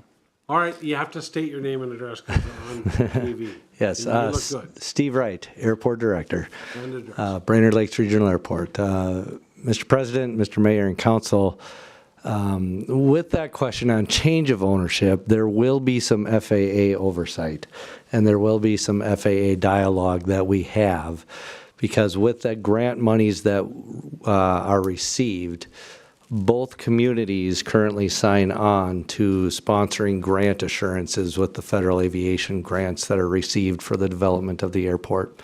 So there is some significant legal work as it relates to like land ownership, because right now both parties jointly own the land together. So there would be some legal processes that would go on in that type of decision. Just in terms of value of that airport, you know, we see the tax levy that goes into this program of about $300,000 between the two sponsoring communities, City of Brainerd and Crow Wing County. Just prior to the pandemic, the state, we have a lot of assistance through the state as well, through the Office of Aeronautics, MnDOT Office of Aeronautics. They're doing a state aviation system plan, and just prior to the pandemic, they identified a $34 million economic impact for the Brainerd Lakes Regional Airport. That is local, state, and federal, so that gets spread throughout the entire country, that $34 million. The state aviation system plan process is now going through a process to update those numbers. I don't have those yet. But I will definitely share those when they come. Any other questions? You might want to stay just for a minute if you would. Sure, Just I will. in case somebody has. Mr. Chesak, you have the floor. Thank you. Take over then. Steve, thank you for being here. If the county were to take ownership of the airport by essentially taking over the entire levy, the city of Brainerd, would they still receive the same benefits as we currently are of having the airport and our contribution to it? Mr. President, Mr. Mayor and Council, and Councilmember Chesak, the airport is still in Crow Wing County, and so residents of Crow Wing County would be able to enjoy the Crow Wing County operated, sponsored airport. That would be a yes to my question. Sure. All right. And then at the same time, if the county were to take over the whole levy, and I think Finance Director Hillman indicated that, the city of Brainerd would no longer pay their roughly $150,000 now, $146, whatever it is. And that would come off of the city's levy to our taxpayers within the boundaries of city limits of Brainerd. And then they would then be taxed by Crow Wing County, so they're still paying into that levy. Is that correct? Mr. President and Council, that would be my assumption, is that, yeah, City of Brainerd residents would just be taxed through the county processes and systems. All right. So I guess I would just say then that, Mr. Bevins, that the goal here is to make things fair. This all essentially started when we talked about the Housing Trust Fund and how the three cities in the county weren't contributing to that fund. And we changed that real quick when we found out the discrepancy there. Thank you. Thank you. Any other questions or comments for staff? Any other? Yes, Kara Terry. For the suggestion of bringing the airport staff under the city umbrella, Have we looked at or talked about There is no suggestion of that. it's on there? Bringing it under the city? Yeah. We're looking at bringing all those airport employees under the city? I apologize. I didn't know that was the issue. May I? Okay. And Chris, you can jump it too. But that was, when I solicited all the feedback from staff, some of the feedback from HR Director Schubert, and I'm just going to refer to my notes here. This is her recommendation. If airport employees continue to operate on the city's network, and if we continue to process their payroll, that they should become city employees as suggested by county staff at the meeting. Furthermore, HR suggests that airport employees be subject to city personnel policies, and the city administrator would negotiate union contracts. So it is part of HR Director Schubert. If we keep it as is. Correct. Pardon me? If we keep it as is. Kara, you have the floor. So have we thought about potential impacts? You know, do you have the capacity to take that on in terms of HR, or would there be additional costs in pulling those employees under? I'm sort of having PTSD with this other thing that we got going on, and so maybe think of that. Additional costs, I don't think there's any additional cost for that. Right now, we assist the airport as needed and as requested. But we do all the onboarding for all their new employees, things like that. We already process their payroll. We do everything like that. The only thing that is different is that in my information, I had noted that, say there was a violation of our technology policy, they're on our network. If something would happen, we have no teeth to discipline an employee or an individual if they are not our employee. It's usually the way HR handles things. Sorry. With that said, on Friday, I also had an opportunity to talk to our employment law attorney from the Ratwick Law Firm, Christian Schaefer, and I asked him about, recently the city of Brainerd was named in an EEOC lawsuit from a former HRA employee, and they sued the city because I assisted that person with her HR information. And we were able to defend the city because they were not an employee, and it was very clear that she was not an employee because of the joint powers agreement that we have with the HRA. This situation right now is a little bit more gray. They're on the city of Brainerd's payroll. They get a W-2 from the city of Brainerd. This is a lot more gray. When I talked to Christian about it, he said either get them as an employee, but at the very minimum, increase your joint powers agreement. So it makes it very clear whose employees the airport are to try to defend yourself in some kind of a situation. So. Thank you. Kara Terry, anything else? No, sir. Gabe Johnson? Just an opinion, if I'm given a binary choice here, that either we work with the county to get rid of the airport, or we take on significantly more work on our already burdened staff, I'm gonna choose the county option. Because my understanding of the ordinance that created the joint powers is we each contribute the same amount, we do the finances, county does the legal. Nowhere in the joint powers to say we should be doing their HR. Nowhere in the joint powers to say we should be doing their IT. I know we stepped in last year and made an agreement. I think we can all just admit that was a mistake, and we pulled the IT out. And we continue to do the finances per the ordinance, but no additional services. And they're their own entity jointly owned by the city. I think that's the course of action. But if you're giving me the binary choice of absorb the airport or give it to the county, I say give it to the county. Thank you. Any further questions or comments? Mr. Bevins? Before we start round two, I want to see if anybody hasn't spoken, then we'll let everybody speak twice. Anybody who hasn't spoke? Mr. Chesak, please start round two. It's more of a comment based on what Mr. Johnson said, that I think you may not have all the information. Sure. Right now, the Airport Commission is in the process of hiring their own legal counsel, so therefore that reason is the county legal is not able to assist. So therefore, another element of the resources that are being used, as we seem to think that's the trade-off, as Mr. Johnson indicated, is not happening. So that's another reason why, if that's going, pardon me? Nothing, Gabe has raise his hand to speak, and I just explained to him that we are going round two. So please continue. But I just wanted to make that, not that I think it's just a misunderstanding of how it's working right now and what the procedures going forward is right now, as the Airport Commission will be meeting at the beginning of next month. So I just wanted to point that out. And again, I am prepared to make a motion if, whenever. We're not even close to that. Everybody gets a second chance because you started it. Mr. Johnson? Thank you, Mr. President. I've read the ordinance a number of times, and it says the county will handle the legal, the city will handle the finances. It doesn't mention HR, it doesn't mention IT.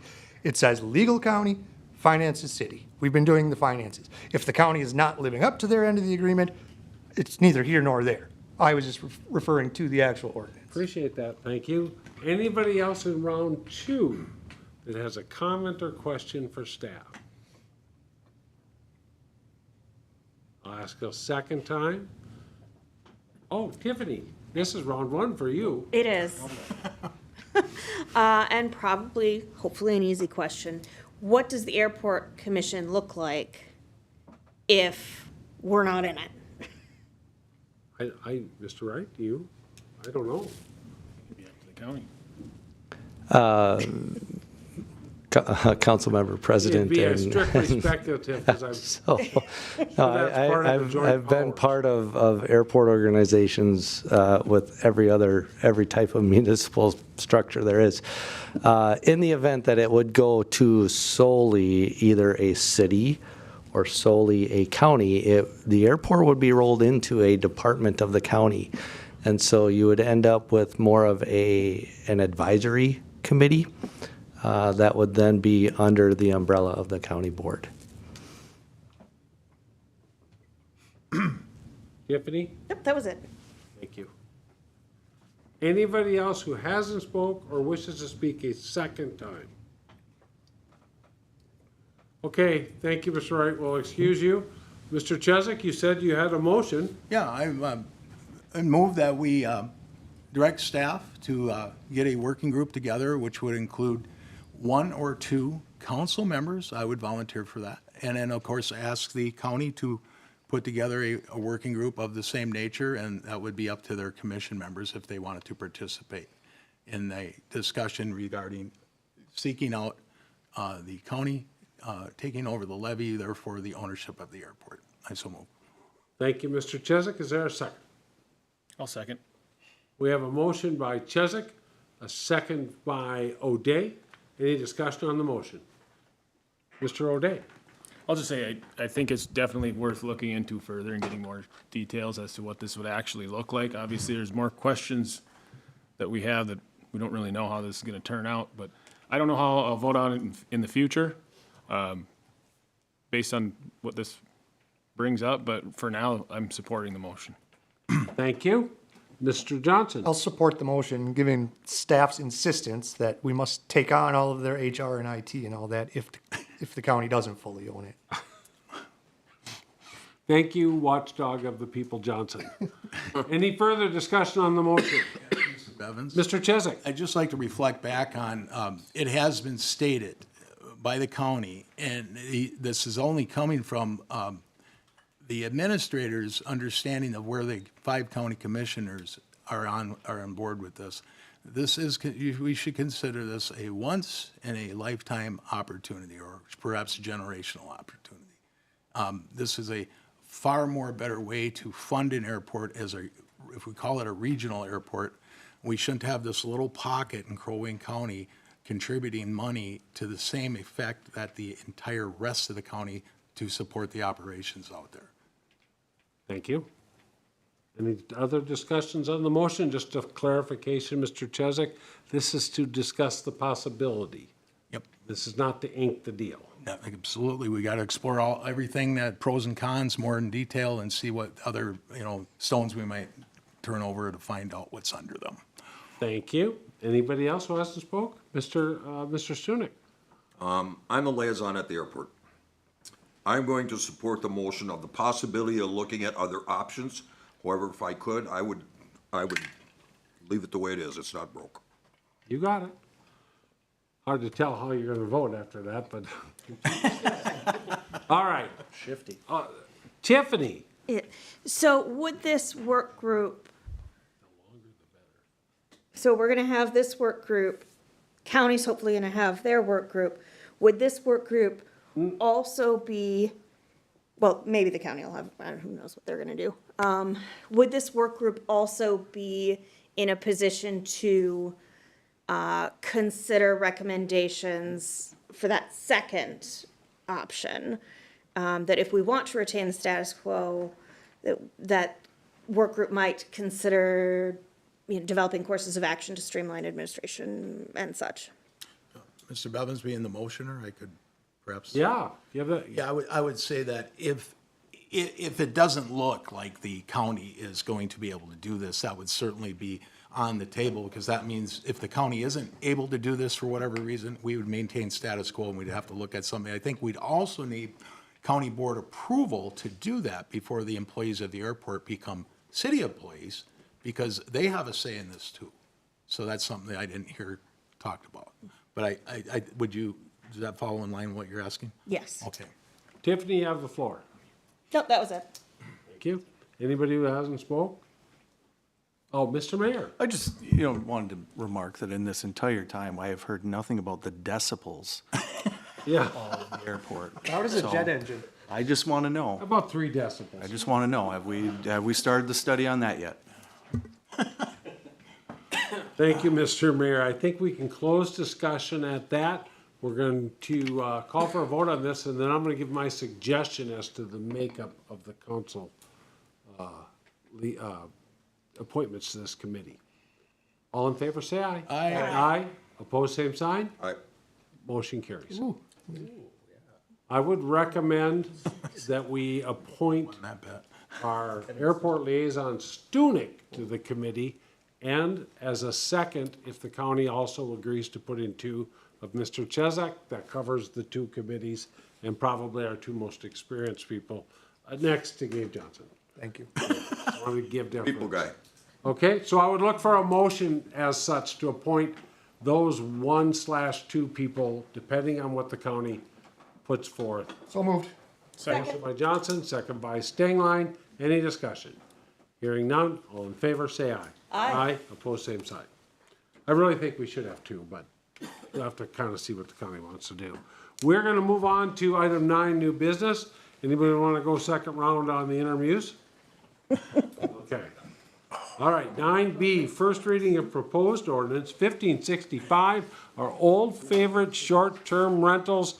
Mr. Kramvik, give us the update. Yes, thank you, Mr. President. So after the city council meeting where the council denied a request for a workshop, the planning commission continued to work on the ordinance on revisions based on some of the discussions. So the planning commission considered the proposed ordinance at their May 15th meeting, conducted a public hearing, and unanimously recommended approval. To highlight some of the changes were removal of the cap that limits an individual property owner from operating no more than 1 VDU in the city, increasing the cap from 20 VDU short-term rentals to 40, while still having 20 in the Main Street District and then 20 in the Town Center District, allowing up to 2 short-term rentals in 4+ unit buildings, which would then remove the grandfather clause. It still leaves in the provision that everyone must reapply, regardless of whether a time limit was imposed on the IUP. With that, staff's recommendation is conduct the first reading of the proposed ordinance 1565 and dispense with the actual reading. Note, a vote to dispense with the actual reading of the ordinance must be unanimous, and I can answer any questions. Mr. Kramvik, thank you very much. Is there any questions of staff? Mr. Johnson first? Thank you. And then down on this end. So what was the problem with the current ordinance that they identified?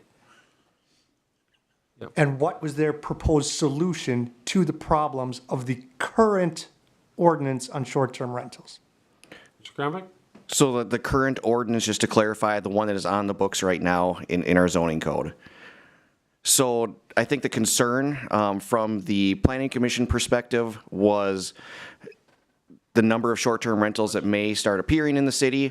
I know there was some concern, based on the need for housing within the city of Brainerd, that there should be a potential cap, and then if we do reach the cap, you can then always reevaluate to see, is there an issue? Are we adding housing to the city of Brainerd? Can we increase that cap? So I think it was mainly from a perspective of ensuring that we have an adequate housing supply within the city of Brainerd. So the problem they identified was a lack of a cap, and the solution is a cap. That's correct. 20 downtown and 20 elsewhere. Okay, thank you for that explanation. Thank you, Mr. Johnson. Who down here had a question of staff? Mr. Chesak, thank you. I just want to make sure I understand that one of the issues I had was we had a rental housing certificate holder that had three short-term rentals, and there's now this proposed ordinance is removing the grandfather clause, which allowed, if that were to stay, allowed that individual to have those three. But as I understand, a guy named Rick with a funny last name called in at the planning and zoning and said that he was okay with the way the ordinance was written. Is that correct? That's correct. Rick Bedeau was at the public hearing and stated that with staff's or with planning commission's recommended changes, there would really be no need for the grandfather clause, and he had no issues with it at the public hearing. Thank you. Any other council before I let the mayor? Okay, Mr. Mayor. Well, first of all, I'd just like to say that I Dave Bedeau, am the owner of 0 short-term rentals in the city of Brainerd. I just want to make sure that we're all clear about that. I, Dave Bedeau, 0 short-term rentals. However, I support this. I actually think that this meets what we were looking at. Oddly enough, we were able to do this without a workshop. I'm impressed that we were able to pull that off. But I think they've gone through the steps that we've asked them to. I think this addresses the issues. Yes, this could potentially create things in the future, but I think it's a safe way of setting the city up with let's see how this goes, and then proceeding from there. So I just want to thank the Planning and Zoning Commission for the work that they did on this. Without a workshop. Without a workshop. Okay. I have supported every possible version of this that has come forward, restricting these from the primary to all the different versions we've had. I would like to I almost hate to do this, but I'd almost like to quote Rick Bedeau that this is so non-restrictive that it's practically not an ordinance at all, is what he said, or something to that point at the Planning and Zoning Commission. I tend to agree. I almost think this is not what I had in mind. However, I guess something is better than nothing, and I'm not sure I share the same gratitude for the Planning and Zoning Committee for fixing the problem that I'm not sure that this does. But anyway, I think short-term rentals have a place in society. I'm gonna probably vote against this and let the market decide. So, anyway, we've all discussed. Now we have to have well, no, I'm not gonna vote against this, because this is the first reading. Holy mackerel. That's exactly what I was getting at. James just That's exactly what I was getting at. turn the clock back, Sean. It's Unreal. 7:30, we're starting over. Unreal. Let's turn it to Tiffany for a motion. I move that we conduct the first reading of proposed ordinance 1565 and please dispense with the actual reading. This must be unanimous. Is there a second? Second. Mr. Chesak has seconds. Any discussion on the motion? Hearing none, all in favor say aye. Aye. Opposed, same sign, and the motion passes unanimously.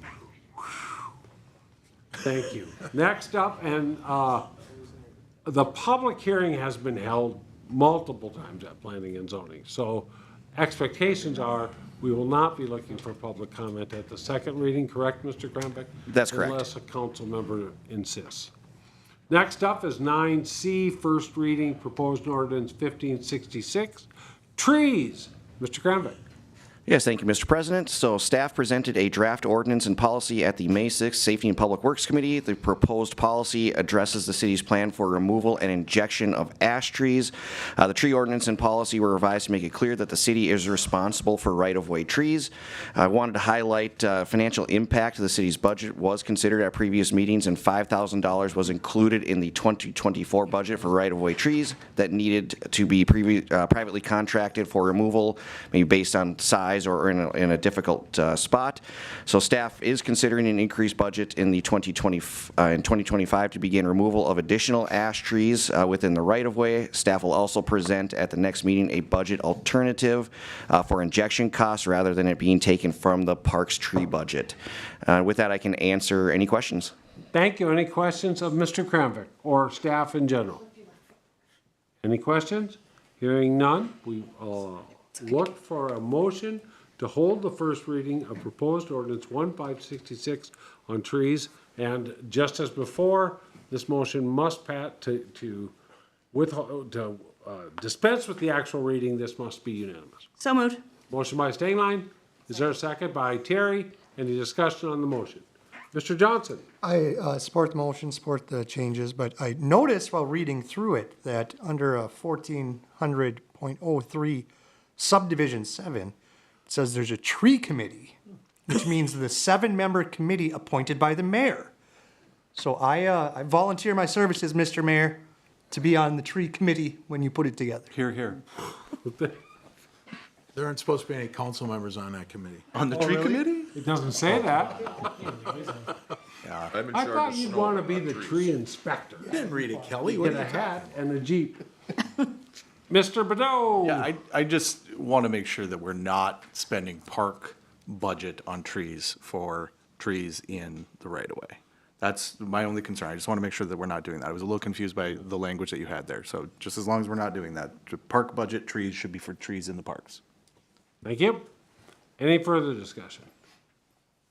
Hearing none, all in favor say aye. Aye. Opposed, same sign. Motion carries unanimously. We'll move on to item 10. It is 9:16, and I will open the public forum. This is time allocated for citizens to bring matters not on the agenda to the attention of the council. We usually like to have you keep it to 3 to 5 minutes. And if you're online and wish to speak to the council on an item not on the agenda, please hit *3. That'll notify us that you're wanting to speak. I will ask a second time, anybody online or in the audience who wishes to speak on the items that we have not yet discussed. And it's 9:17. I will close the public forum. We will move to staff reports. We'll start on my right. Interim PUC Director Wasso, anything you'd like this evening? You have our staff report, and then we have our monthly meeting next week on Tuesday. You're all welcome. Thank you. Anything from the police department? Nothing to add, Mr. President. ITGIS Department Director Strong? Nothing tonight. We'll go online to Mr. Charpentier from the HRA. Nothing further this evening, Mr. President. Thank you. Connie Hillman, our Finance Director. Yes, filings for City of Brainerd offices opens tomorrow, May 21st, and runs through Tuesday, June 4th at 5 o'clock. The fee is $5. You must be a U.S. citizen, an eligible voter, and 21 years or older to assume office. There's information on the website, or you can call our office. The following positions that are open for the election in 2024 is Ward 1, Ward 3, and there's 2 at-larges, which would be Councilmember Stunek and Councilmember O'Day. Thank you. City Engineer, Public Works Director Dean. Yes, sir, Mr. President. One quick bit of good news. I did get notification. We did receive the Safe Routes to School grant for the Lowell Elementary project for $650,000. So we'll be working over the next year to plan for that project next year. Thank you. Mr. Kramvik? Yes, thank you, Mr. President. Just one item, just wanted to make council aware. Our department did receive a complaint regarding off-street parking at Paradigm Auto with the U-Hauls, something that staff is attempting to work with Paradigm Auto to correct the situation. So kind of stay tuned for that. I'm not sure what the result will be, but just wanted to update council on the situation. Thank you. City Attorney Langle? Nothing here, thank you. HR Director Schubert? And our Administrator Broyle. Thank you, Mr. President. I did want to advise the council that on May 17th, we received a letter from the Bureau of Mediation Services. That letter was received, they were notified by the Brainerd Public Utilities Managers and Supervisors Association, Baxter, Minnesota. They have filed a petition requesting exclusive representation for collective bargaining purposes. So the next step, the commissioner of the Bureau will have to make a determination. Part of that determination will kind of be a threefold determination. Part of it will be determining the definition of the appropriate unit. Number two, establish a list of employees falling within the scope of the appropriate unit. And number three, to determine a method for confirming whether or not a majority of the employees in the appropriate unit wish to be represented by the union. It is the Bureau's preference that this agreement be reached between the parties rather than a directive from the Bureau. So both parties, the managers and supervisors at BPU as well as the city, have to provide our stipulations to the Bureau by Friday, May 31st, 2024. Thank you. Any other good news? Mr. Bevins, Yeah, but can you, question related to what he said? yeah, the only thing is then I gotta open it all up to everybody else. Can you ask it after the meeting? Yep. Okay, is Thank that you. okay? Yep, no problem. I'm sure we'll be getting way more information on this as it becomes available. And I'm hoping not to make this a 2-hour question and answer. Next up is Mayor Dave Bedell. Holy Hannah, welcome. Buckle in. I learned a few things tonight. First of all, James is our new city sound guy. Stifle that, please. I'm sorry. Thank you. Speaking of sound. At least he's not jabbering with Stunek anymore. Listen now. Give me half a second here. You're killing the beats here. James Kramvik is our new city sound guy. And like many sound guys in the tradition of sound guys, he is also now the city weed guy. So I appreciate that. Good combo, James. Good combo. We're gonna get him some big old ear. That's right. We're gonna set you in the back with the dials. Just a couple things. The tree committee. Let's try and get that on our next mayor's appointments. We can get those fellows and ladies involved who want to take a look at fine trees in our area. But I do have something tree related that I do want to ask. We continually have trees that are taken out in the right-of-way and in the boulevards in our city by vehicles, and we never replace those trees unless we are specifically taking a project like we have with our tree budget to do so. But I want to ask why it is that we as a city are not going after the individuals that hit those trees and looking to have them replaced, because the cost of the trees is about $1,000 a piece. And looking at College Drive, it looks like we got a couple more that got taken out again. We're at like 30 trees at $1,000 a pop, over 15 years. That's still $30,000 that the city is having to spend to replace these trees. And I'd just like to make it a point that we as a city are trying to at least recuperate some costs if we're having that happen, just because the current ones, I don't know what happened. We evidently hit a snowstorm in the middle of May, but we tend to lose a lot of those trees, and I just want to see them get replaced.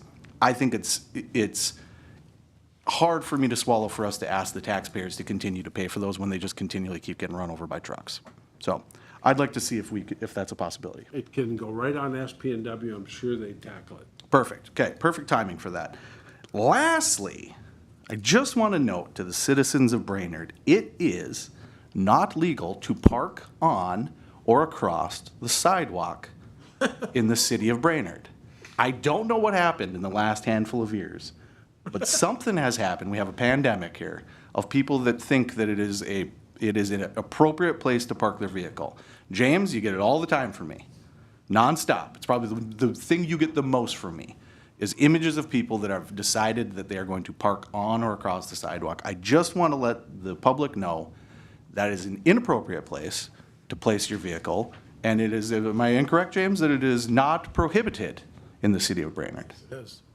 That sounds like something. It is for the police prohibited. It is prohibited. Okay, perfect. I Police was- department is the one that enforces that. Okay, I was. Sending it to the wrong place. I, Go that way. I know, but I like to keep James in the mix, because he's the sound guy, he's the weed guy, he should also be the has not parking, enough to do, the parking on the sidewalk guy. I just wanted to say, I don't understand it.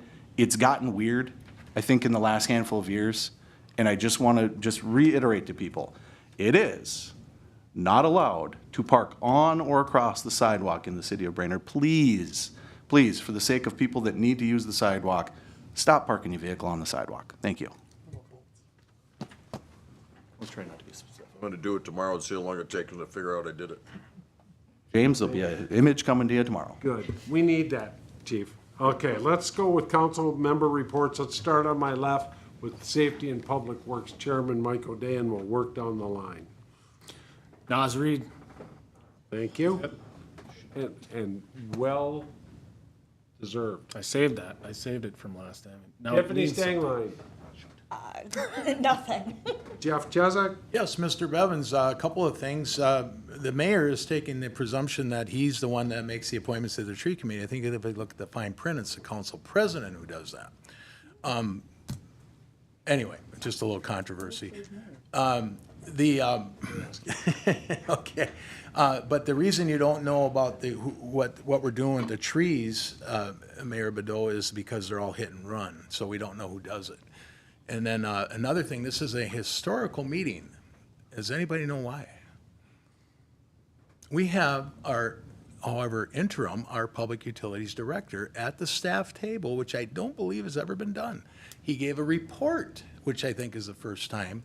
So this is a remarkable day. This is something that I've been hoping for a long time, that we bring in utility staff, a director, and whomever else may be needed for some sort of project we're doing regarding utilities, and have them at the table so we know what's going on from their perspective. So I'm looking forward to see what develops from this further on. So thank you very much. Thank you.